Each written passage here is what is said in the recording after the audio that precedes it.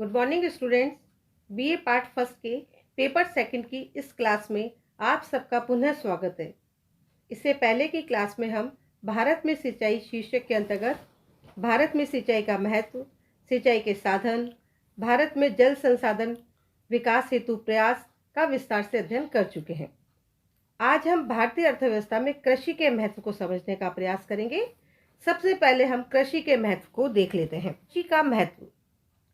कृषि समस्त मानव जाति के जीवन का आधार है। आधारभूत एवं अनिवार्य आवश्यकताओं की पूर्ति के लिए कृषि विश्व के सभी देशों के लिए अपरिहार्य है। भारतवासियों के अस्तित्व एवं विकास का संबंध कृषि क्षेत्र से आदिकाल से जुड़ा हुआ है। प्राचीन सभ्यताओं के अवशेषों से प्रतीत होता है कि अति प्राचीन काल से ही कृषि भारतीय निवासियों की आजीविका का आधार रही है। 3000 से 5000 वर्ष ईसा पूर्व सिंधु घाटी की सभ्यता में कृषि कार्य संबंधी अनेक प्रमाण प्राप्त हुए हैं। जहाँ तक कृषि एवं मानव सभ्यता में आपसी संबंध का प्रश्न है, यह तो ऐतिहासिक रूप से जुड़ा है, जिसे अलग करना संभव नहीं। यदि ये कहा जाए कि कृषि का इतिहास मानव सभ्यता का इतिहास है, तो कोई अतियुक्ति न होगी। इसी कारण कृषि को सभी सभ्यताओं की जननी कहा गया है। भारतवर्ष एक कृषि प्रधान देश है, जिसकी 70% जनता खेती करके अपना जीवन निर्वाह करती है। यहाँ की जलवायु, प्राकृतिक दशा तथा साधनों ने देश का आर्थिक विकास कृषि के आधार पर किया। भारतीय जलवायु कृषि के लिए उचित होने के कारण लोगों ने सबसे पहले अपने जीविका की खोज भूमि में अन्न पैदा करके की है। भारत में कृषि केवल एक व्यवसाय ही नहीं है, अपितु जीवन यापन की एक विशेष विधि के रूप में विकसित हुई है। भारत में कृषि सबसे महत्वपूर्ण उद्योग है। ये देश के लोगों को भोजन देने के साथ साथ कच्चे माल को भी उत्पन्न करती है, जिससे बड़े बड़े उद्योग चलते हैं। इसके अतिरिक्त उद्योगों में रोजगार को बढ़ाए रखने में ये बहुत सहायता करती है। विदेशी मुद्रा अर्जन, विभिन्न योजनाओं की सफलता और राजनीतिक स्थायित्व भी कृषि पर निर्भर करते हैं। इस प्रकार हम कह सकते हैं कि कृषि की प्रधानता राष्ट्रीय आय के मूल्य की दृष्टि से बहुत अधिक है। भारत में कृषि का महत्व इस कथन से उजागर होता है कि कृषि भारतीय अर्थव्यवस्था की आधारशिला, 70% जनसंख्या की जीविकोपार्जन का साधन और विदेशी व्यापार का मूल स्रोत है। अब हम भारतीय अर्थव्यवस्था में कृषि के महत्व को देख लेते हैं। पहला है जीविकोपार्जन व रोजगार का आधार। कृषि भारत की 70% जनसंख्या के रोजगार तथा जीविकोपार्जन का मूल आधार है। 2001 की जनगणना के अनुसार भारत की कुल कार्यशील जनसंख्या 40.25 करोड़ थी, जिसमें से 12.76 करोड़ कृषक तथा 10.74 करोड़ खेतिहर मजदूर थे। इस प्रकार कृषि में कुल 23.5 करोड़ व्यक्ति नियोजित थे। 2011 में भारत में कृषकों व खेतिहर मजदूरों का कुल श्रमिकों में अनुपात 54.6% रहा। नेक्स्ट पॉइंट है राष्ट्रीय आय का प्रमुख स्रोत। कृषि से राष्ट्रीय आय का 15 से 18% भाग प्राप्त होता है। 1950-51 में ये 53.71% था। 2000 से 2001 में ये घटकर 25.28% रह गया, पर अब भी ये राष्ट्रीय आय का लगभग 20% से 27% भाग है। नेक्स्ट पॉइंट है औद्योगिक कच्चा माल। कृषि देश में उन पर आधारित उद्योगों के लिए कच्चा माल उपलब्ध कराती है। सूती वस्त्र उद्योग के लिए कपास, चीनी उद्योग के लिए गन्ना, वनस्पति उद्योग के लिए तिलहन तथा इसी प्रकार जूट, चाय, रबर, तंबाकू और कागज उद्योगों के कच्चे माल की पूर्ति भी कृषि से होती है। नेक्स्ट पॉइंट है खाद्यान्नों की पूर्ति। भारत की विशाल शाकाहारी जनसंख्या के लिए कृषि ही खाद्यान्नों की पूर्ति करती है। जहां 1950-51 में खाद्यान्नों का उत्पादन 5.49 करोड़ टन था, वहां 1999-2000 में 20.8 करोड़ टन से अधिक तथा 2007-8 में 23.08 करोड़ टन रहा। अब देश खाद्यान्नों में आत्मनिर्भरता की स्थिति में है। 2013-14 में खाद्यान्नों का उत्पादन 26.56 करोड़ टन हुआ, जबकि 2016-17 में 27.2 करोड़ टन रिकॉर्ड उत्पादन हुआ। नेक्स्ट पॉइंट है अंतर्राष्ट्रीय व्यापार एवं विदेशी मुद्रा अर्जन। भारत के निर्यातों में कृषिजन्य पदार्थों का विशिष्ट महत्व है। 1965-66 में जूट एवं जूट निर्मित वस्तुएं, कपास तथा सूती वस्त्र और चाय आदि के निर्यात में 43% भाग था। 2013-14 में भी इन सबसे देश को विदेशी व्यापार में लगभग 2,60,953 करोड़ रुपए की विदेशी मुद्रा प्राप्त हुई, जो कि विदेशी व्यापार का लगभग 13.7% भाग है। नेक्स्ट पॉइंट है राज्य सरकारों की आय का प्रमुख स्रोत। कृषि से राज्य सरकारों को भू राजस्व, कृषि आयकर, सिंचाई वसूली तथा व्यापारिक फसलों से कर द्वारा 10,800 करोड़ रुपए की वार्षिक आय होती है। नेक्स्ट पॉइंट है आर्थिक विकास में साधनों का आधार। भारतीय अर्थव्यवस्था का विकास कृषि विकास से संबद्ध है। कृषि विकास के बिना औद्योगिकरण और बेरोजगारी का समापन मुश्किल है। कृषि की समृद्धि में ही निर्धनता का समापन, बेकारी का उन्मूलन तथा जनजीवन की खुशहाली निर्भर करती है। नेक्स्ट पॉइंट है यातायात, मूल्य स्थिरता, व्यापार और वित्त व्यवस्था।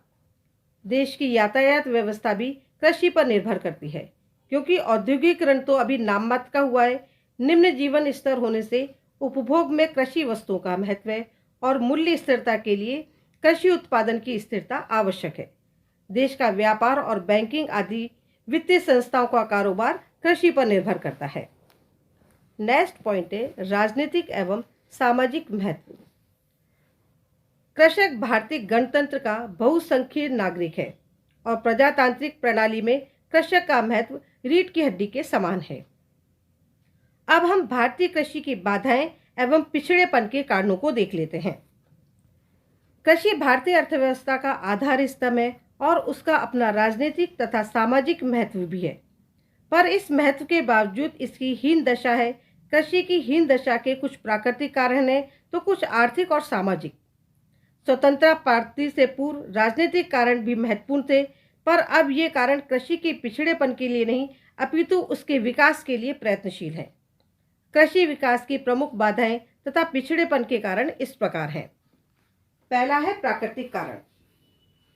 कृषि विकास में अनेक प्राकृतिक बाधाएं हैं और यही मुख्य रूप से कृषि के पिछड़ेपन में योगदान करती हैं। मानसूनी अर्थव्यवस्था होने से कृषि भी मानसून का जुआ है। अगर मानसून न आए तो कृषि उद्योग में तालाबंदी हो जाती है।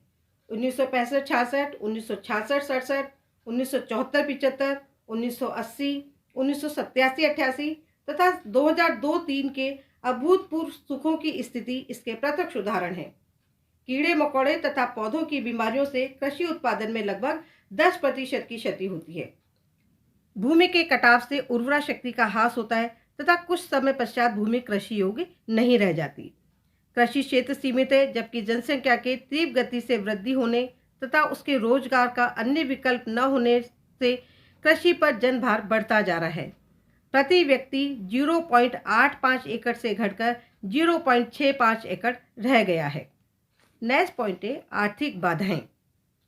कृषि में आर्थिक बाधाएं भी अनेक हैं और इन बाधाओं से कृषि विकास की ओर अग्रसर नहीं हो पा रही है। पहला पॉइंट है वित्तीय साधनों का अभाव। कृषि को प्रतिवर्ष 15 लाख से 20 लाख करोड़ रुपए ऋण की आवश्यकता होती है, पर इस ऋण के 15% की पूर्ति तो साहूकार करते हैं, जबकि सरकार तथा बैंकों का योगदान लगभग 38% ही है। अतः वित्तीय साधनों के अभाव से कृषि में पूंजी विनियोग, यंत्रीकरण, उत्तम बीज, रासायनिक खाद आदि का प्रयोग मुश्किल होता है। नेक्स्ट पॉइंट है वैज्ञानिक यंत्रों एवं उपकरणों का अभाव। ये भी कृषि में कम उपज और अधिक लागत के लिए जिम्मेदार है।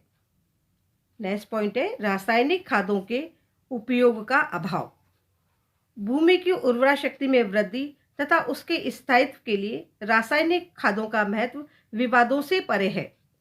भारत की तुलना में प्रति एकड़ रासायनिक खादों का उपयोग इंग्लैंड में 60 गुना, जापान में 90 गुना, पश्चिमी जर्मनी में 100 गुना, बेल्जियम में 150 गुना, नीदरलैंड में 170 गुना अधिक है। हम गोबर जैसे उत्तम खाद को जलाकर राख कर देते हैं, अतः प्रति एकड़ उपज बहुत कम है।